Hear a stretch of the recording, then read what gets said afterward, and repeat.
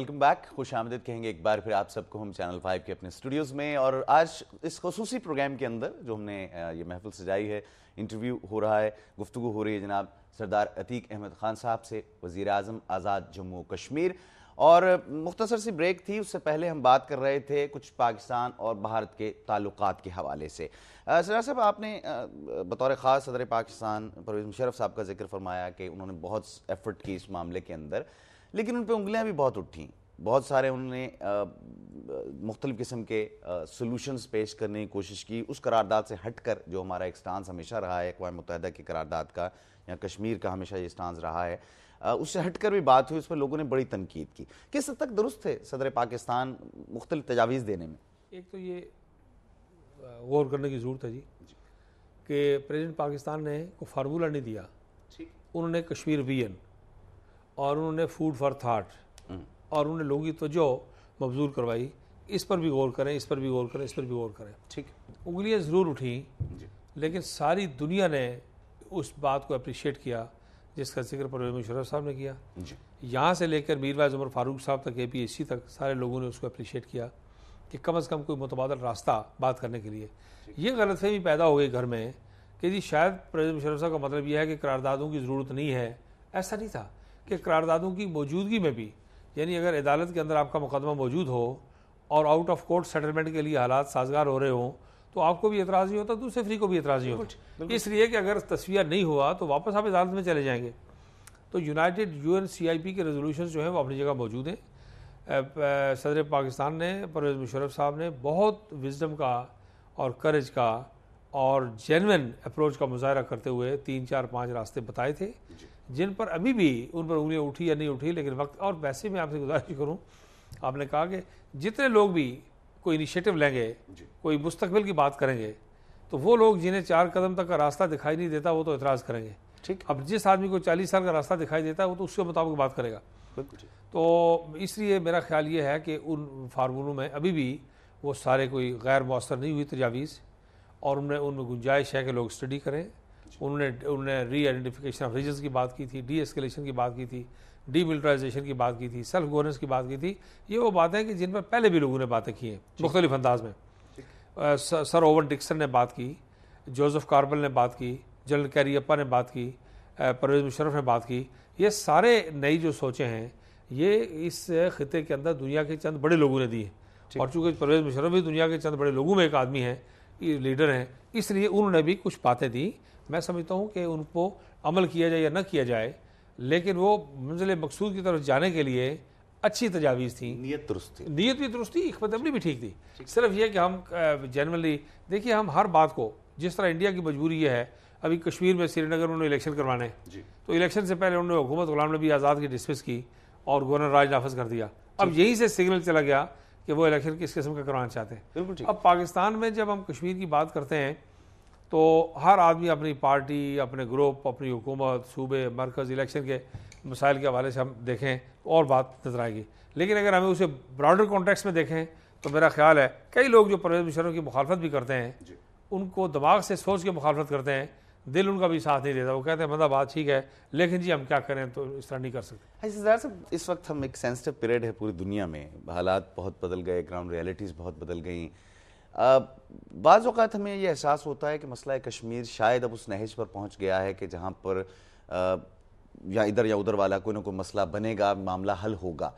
آپ کیا سمجھتے ہیں اس حوالے سے؟ دیکھیے, اس میں تو کوئی دو رائے نہیں ہے. میں نے شروع میں گزارش کی ہے کہ مسئلہ کشمیر کو حل کیے بغیر آپ زیادہ دیر گزارا نہیں کر سکتے. ٹھیک, البتہ یہ ہے کہ اگر پاکستان پولیٹیکلی اسٹیبل ہوگا, اسٹرانگ ہوگا, جو کشمیریوں کی اصل قوت اور آخری پناہ گاہ ہے وہ پاکستان ہے, تو اس وقت کشمیر کے فیصلے پر پاکستان کشمیریوں کی زیادہ اخلاقی اور سفارتی حمایت کر سکتا ہے. ٹھیک, پاکستان خدا نخواستہ پولیٹیکلی ویک ہو, اکنامکلی ویک ہو, ایڈمنسٹریٹولی ویک ہو, اس کے اور سرحدات میں دائم معاملات اور مسائل ہوں, تو پھر شاید کشمیریوں کی اتنی اخلاقی تائید اور حمایت کرنے کی پوزیشن میں گھر کے مسائل میں نہ ہو.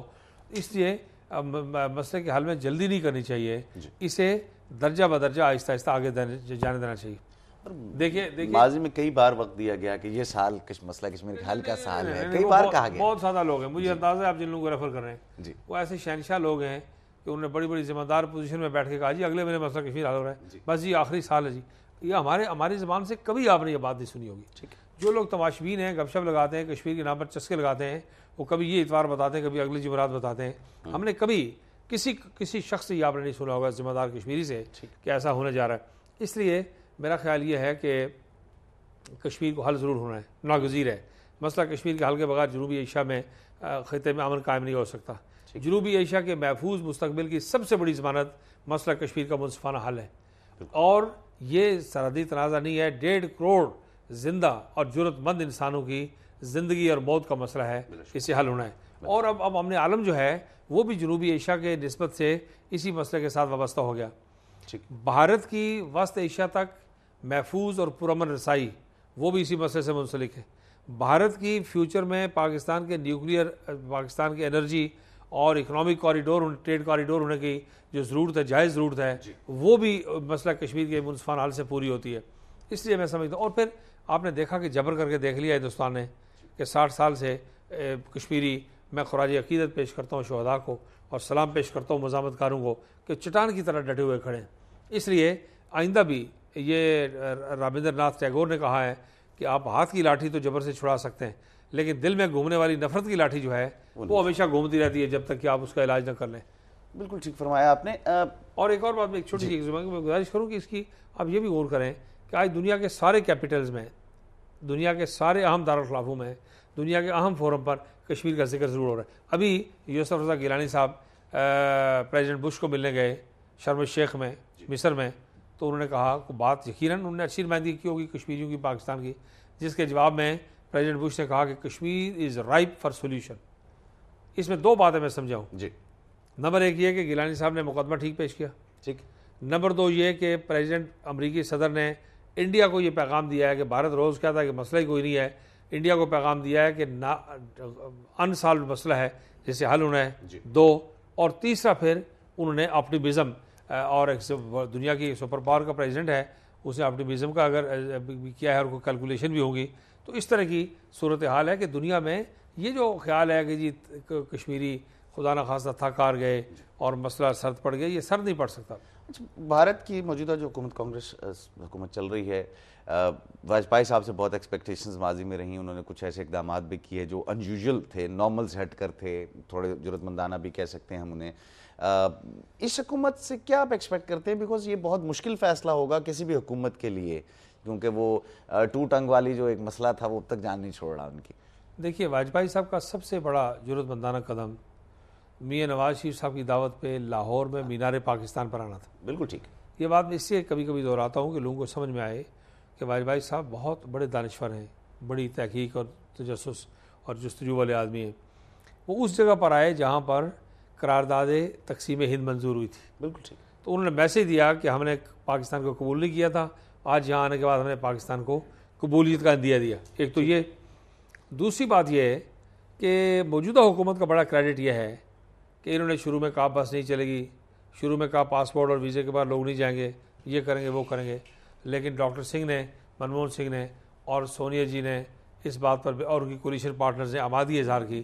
میں سمجھتا ہوں کہ موجودہ حکومت کا بڑا کریڈٹ ہے انڈین گورنمنٹ کا کہ پیس پروسیس سے دستکش نہیں ہوئے، پیس پروسیس کو آگے لے کے چل رہے ہیں. ابھی کچھ باتیں تھوڑی سی افسوسناک بھی ہیں کہ یہ جو راؤنڈ آف ٹاکس تھا اس کی 1-2 دفعہ تاریخ آگے جا چکی ہے. یہ پاکستان اور بھارت ایک دوسرے کی اندرونی کمزوریوں سے فائدہ اٹھانے کا رویہ جو ہے یہ کسی ایک ملک کا بھی نہیں ہونا چاہیے کہ جی حالات ٹھیک ہے تو ہم بات کرتے ہیں، حالات تھوڑے سے کسی وجہ سے بھی اگر کمی بیشی ہو تو وہ کہیں کہ نہیں ہم کسی اچھے موقع کا انتظار کریں. یہ اگر داؤ دائی ایک دوسرے سے ہم کھیلنا بند نہیں کریں گے قومی معاملات میں تو پھر دنیا کے بڑے فورم پر جا کر ہم کیا رول ادا کرنا چاہتے ہیں؟ یہ پن پرک ہم کو بند کرنی پڑے گی ایک دوسرے سے، ٹرک بازی جو ہے چالاکی ایک دوسرے کے ساتھ بند کرنی پڑے گی. لیکن بائی اینڈ لارج کانگریس کی موجودہ حکومت نے اور کولیشن گورنمنٹ نے اس پیس پروسیس کو قائم رکھے اور پرویز مشرف صاحب کے انیشیٹوز کا جواب دے کے ریسیپروکیٹ کر کے تو ایک اس بات کی بنیاد ڈالی ہے کہ کانگریس پر یہ الزام تھا کہ مسئلہ کشمیر جو ان کا پیدا کرتا ہے اس لیے وہ حل نہیں کرنا چاہتے. اس سے کانگریس نے محتاط طریقے سے تھوڑا سا مثبت رویہ اس کا عندیہ دیا ہے. تھوڑا سا مزاج جموں کشمیر کی جانب جائیں گے. آپ کی حکومت اس وقت آئی کہ جب کشمیر ایک کرائسس سے گزر رہا تھا، زلزلے کے بعد آباد کاری کا عمل جاری تھا. بہت سے اس میں اچھی باتیں بھی دیکھنے میں آئیں, بہت کچھ منفی باتیں بھی آئیں, لوگوں نے انگلیاں بھی اٹھائیں, باتیں بھی ہوئیں. کس حد تک آپ سمجھتے ہیں کہ جو لوگ ڈسپلیس ہوئے زلزلے کے بعد انہیں بسا دیا گیا ہے, کتنا کام باقی ہے؟ دیکھیں میری گزارش یہ ہے کہ یہ بہت بڑا کام تھا. شروع میں 18 لاکھ کے قریب لوگ بے گھر ہوئے, 46,000 لوگ شہید ہوئے, 35,000 زخمی ہوئے, 750 لوگ زندگی بھر کے لیے معذور ہو گئے, مکانات گھر بار تباہ ہو گئے, 60 سال کی تعمیرات 10 سیکنڈ میں زمین بوس ہو گئی.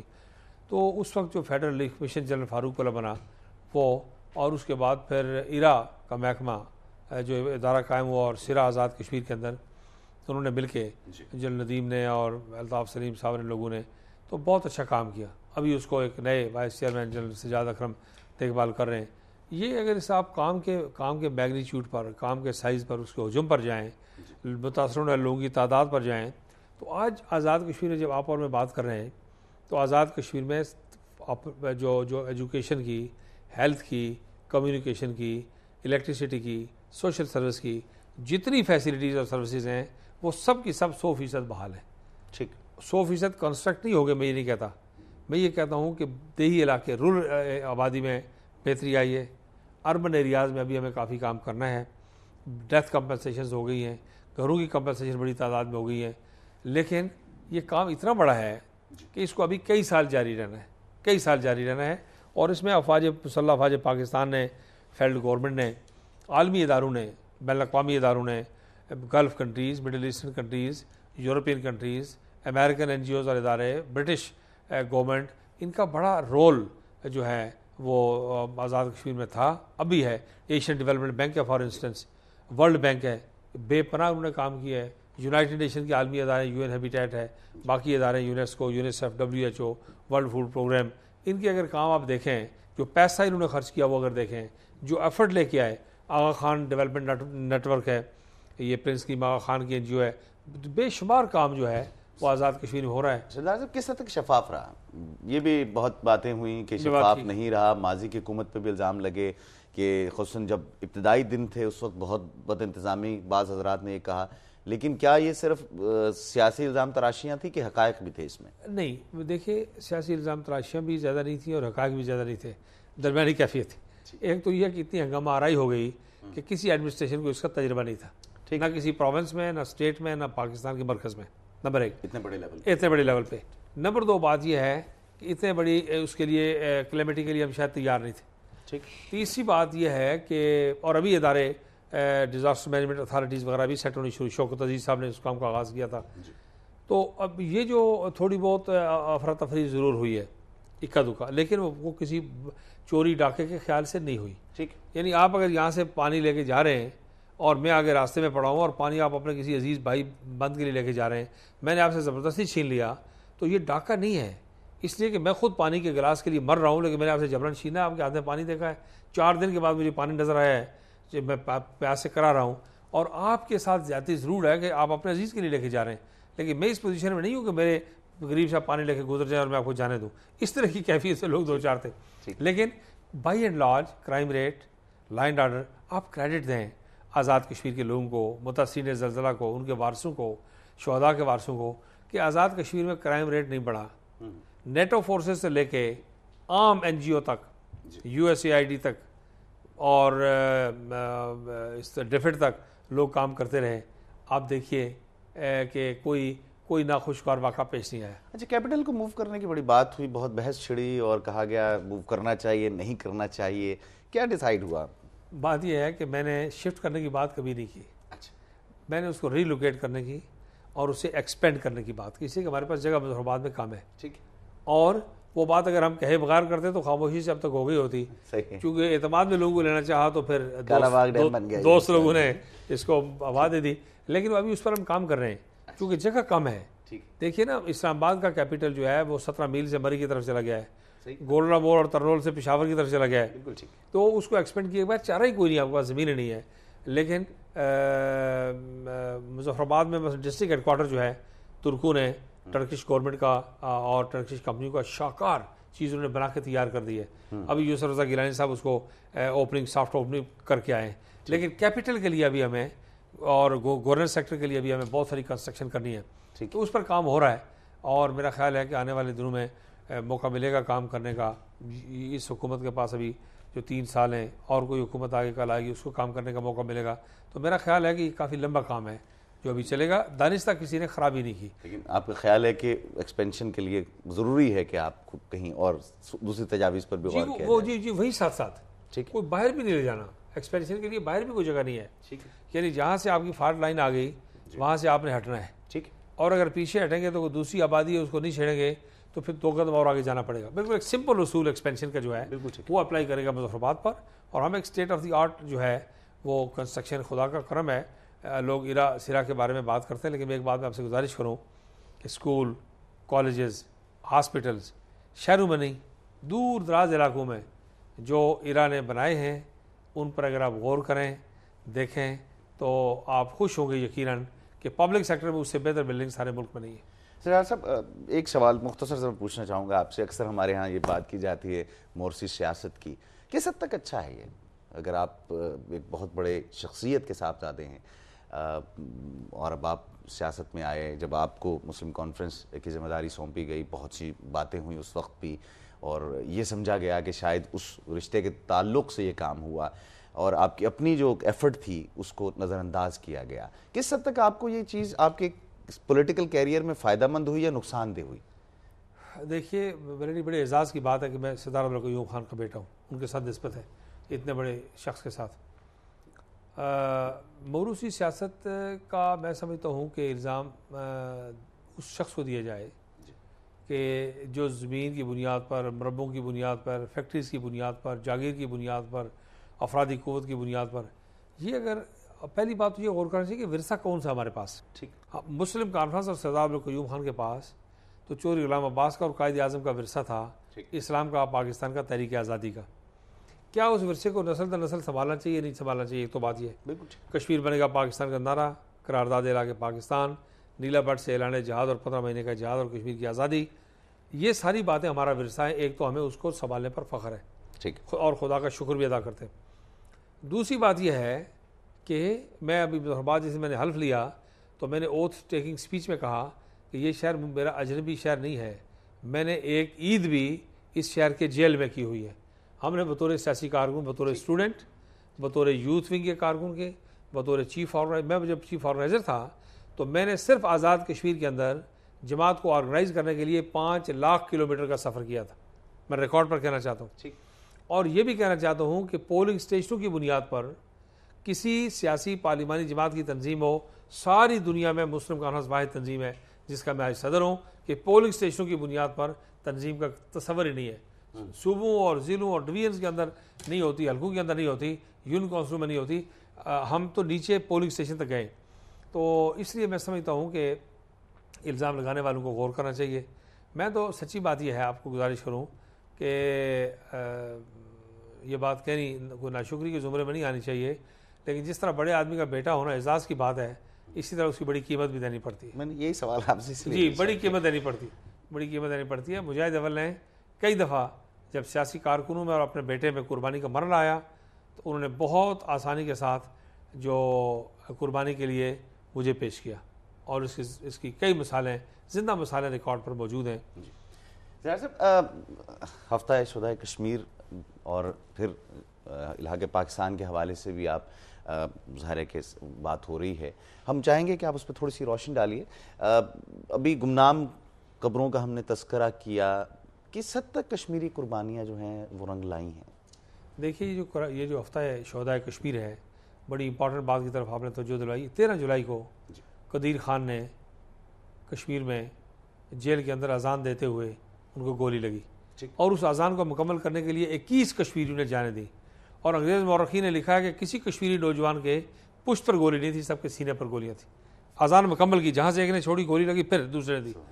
وہاں سے لے کر قربانیوں کا طویل سلسلہ موجودہ تاریخ شروع ہوتا ہے, اور پھر قتل عام کشمیر میں ہوا. اسی طرح 19 جولائی کو پاکستان بننے سے پہلے قرارداد علاقے پاکستان مسلم کانفرنس سے پیش کی. مسلم کانفرنس کے بارے میں یہ غلط فہمی نہیں ہونی چاہیے کہ کشمیر کی چند جماعتوں میں ایک جماعت تھی. مسلم کانفرنس اکیلی جماعت تھی مسلمانوں کی, اور 1946 کی اسمبلی میں